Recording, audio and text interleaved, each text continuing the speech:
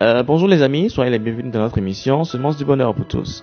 Je suis votre serviteur DJ Mechior et j'espère que vous allez très bien.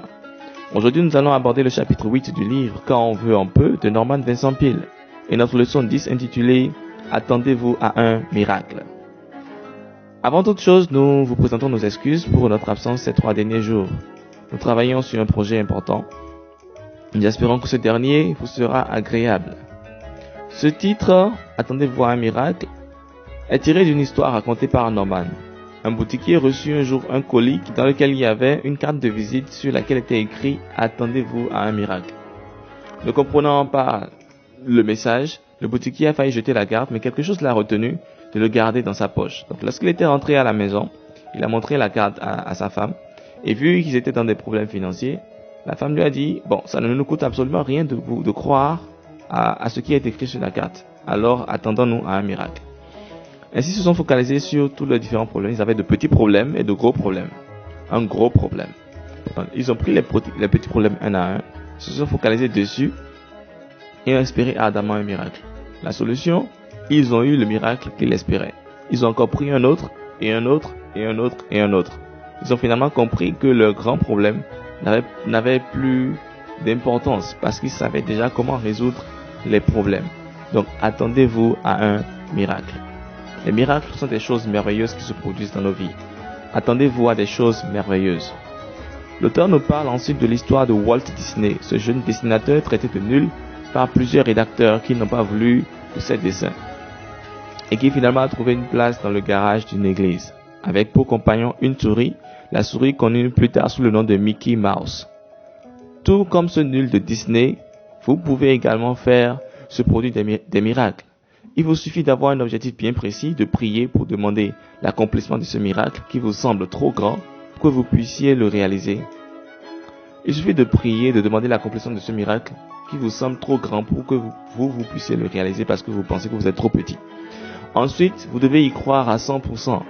Y croire de tout votre être sans laisser aucune place à l'impossibilité et vous mettre en action pour le réaliser. Et vous pourrez ensuite accomplir ce miracle-là. La loi de l'attraction vous attirera des circonstances favorables pour que vous puissiez manifester votre miracle. N'affirmez jamais qu'une chose est impossible. Celui qui se sous-estime et pense qu'il a de très mauvaises chances pour réussir ne pourra jamais accomplir de miracle, car il se pense être une sauterelle face aux géants qui se présentent à lui.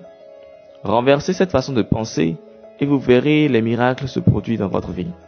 L'auteur nous parle d'une femme qui dirigeait un conseil d'administration incluant 5 hommes. Les 5 hommes étaient tous face à un problème et les 5 hommes ont traité le problème d'insolvable. Il n'y a pas de solution à ce problème. Mais la femme dit aux hommes qu'il fallait essayer de trouver une solution. Laissez les sombres pronostics et commencez à penser que la solution existait et qu'ils étaient assez intelligents pour trouver la solution. Cela a allumé une flamme dans l'esprit de ces hommes-là et ils ont commencé à y réfléchir. Et ils se sont rendus compte en fait qu'ils avaient fait une erreur dans leur analyse de base. En conséquence, ils ont trouvé la solution. Donc, sachez réfléchir et rien ne vous sera impossible. Tant que vous vous fermerez à toute pensée défaitiste, la défaite ne pourra pas vous avoir. L'auteur nous parle ensuite d'un homme infirme, paralysé, qui voyageait en chaise roulante et vivait des choses intéressantes, des aventures intéressantes. Il a dit à Norman qu'il était juste paralysé au niveau physique, mais pas au niveau de son mental. Dans la suite d'idées, Norman, parlant de la jeunesse, a dit ceci. En vérité, on a vidé toute une génération du concept de miracle. Il faut en blâmer le cynisme et le négativisme d'un grand nombre d'enseignants et d'écrivains et d'une bonne partie des médias. Voilà un crime contre la jeunesse, car on détruit ainsi son enthousiasme naturel et sa capacité créatrice. Priver un jeune de son droit au rêve est un crime plus grave contre la personnalité. Fin de citation. Face au problème, trouvez du temps, prenez un papier et notez en 10 minutes toutes les idées qui vous viendront. Vous devrez pouvoir en trouver au moins une quinzaine. Ne jetez aucune idée, bonne ou mauvaise, réaliste ou irréaliste, notez-le, écrivez-le. Cela vous permettra après de continuer à avoir des idées. Le flot va continuer, vous allez toujours en avoir. Lorsque vous commencez à éliminer de vous-même certaines idées, le flot d'idées va diminuer et du coup, l'idée de génie qui va vous apporter la solution à votre problème ne viendra pas. Après, vous évoluerez dans votre analyse et bientôt vous établirez les connexions qu'il y a entre ces différentes idées afin de pouvoir résoudre votre problème. Voici un exemple d'une dame. Une dame élevée à la manière des riches, qui ne savait pratiquement rien faire. Elle est venue voir l'auteur pour avoir des idées car elle ne savait plus quoi faire après la mort de son mari et que la pauvreté était en train de l'oppresser elle-même. Pour pouvoir l'aider, Norman lui a demandé ce qu'elle savait faire.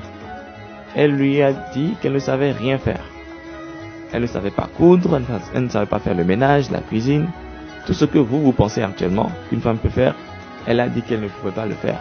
C'est une histoire compliquée, non?